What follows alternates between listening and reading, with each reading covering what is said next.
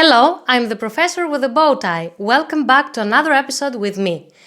Today, I have a special guest and I'm very glad because I have my grandmother here. and this is the person that I have in my heart and for whom I live and I breathe till today. Today you will listen to small dialogues between me and my grandmother.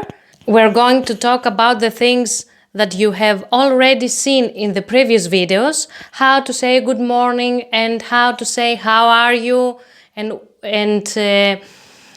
what things you're going to respond. Okay, and after that my grandmother are going to tell us how she lived and how was the situation here in Greece many years before.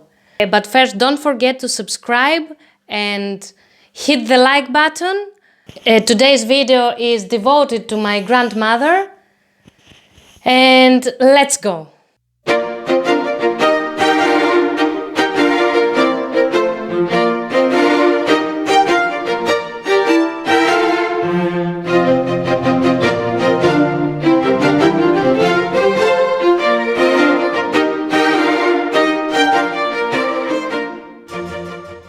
Before we start, I wanted to tell you that you will hear idiomatic expressions that they are not in the common language because she's an old person and speaks as Greek was spoken 50 years ago. So, let's start.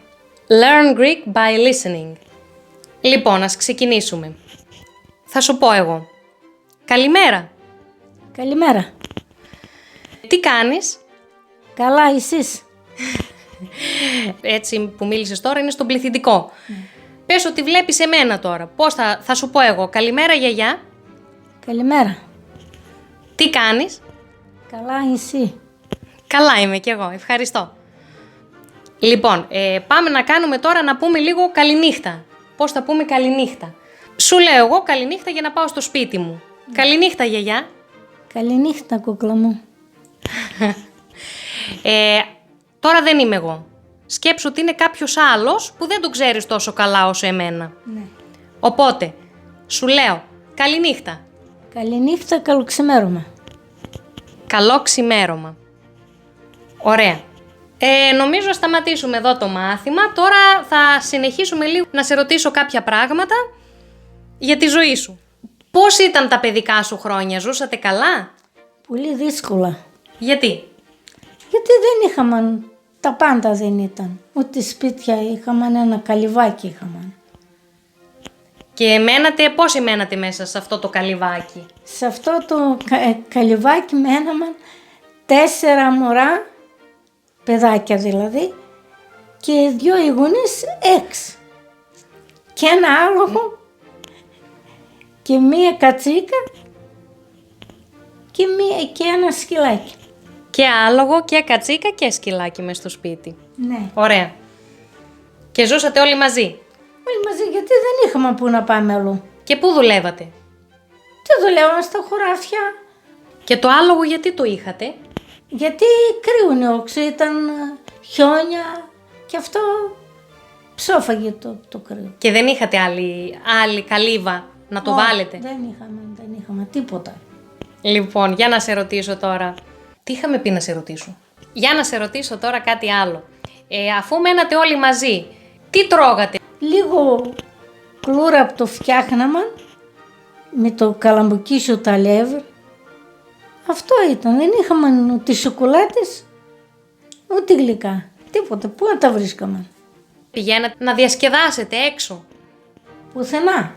Δεν πηγαίνατε δηλαδή, όπως σήμερα εμείς λόγω κορονοϊού δηλαδή? Πουθενά, και χειρότερα ακόμα. Τίποτα. Στα χωράφια, δουλειά και τίποτα άλλο. Γιατί δεν είχαμε και μέσον με τι να πάμε. Τότε δεν υπήρχαν, ούτε αυτοκίνητα υπήρχαν. Τίποτες. Μόνο μετά από 10-20 χρόνια πέσει, πήρε ο άντρας με ένα ποδήλατο, το οποίο ήταν ο πρώτος από το πήρε το ποδήλατο. Και τώρα μιας και είναι χειμώνας και κάνει κρύο. Εσείς με τι ζεσθενόσασταν? Εμείς σήμερα έχουμε τα καλοριφέρ, έχουμε τις σόμπες, Εμείς δεν είχαμε τίποτα από τέτοια. Είχαμε μία αγωνίστρα, το οποίο Τι είναι αυτό? αγωνίστρα, το οποίο ρίχναμε με τη γάστρα το ψωμί. Στη γάστρα ρίχναμε ψωμί, αγωνίστρα φτιάχναμε ψωμί και τρώγαμε. Και μετά όταν είχαμε για να πάρουμε, για να ζεσταθούμε, πάει η μάνα μου στο βουνό και έκοβε ξύλα με το γαϊδουράκι φορτωμένο και το έφερνε και ζεσθενόμασταν. Αλλά πάει ο καπνός μέσα στο αυτό κολυβάκι, αφού είχαμε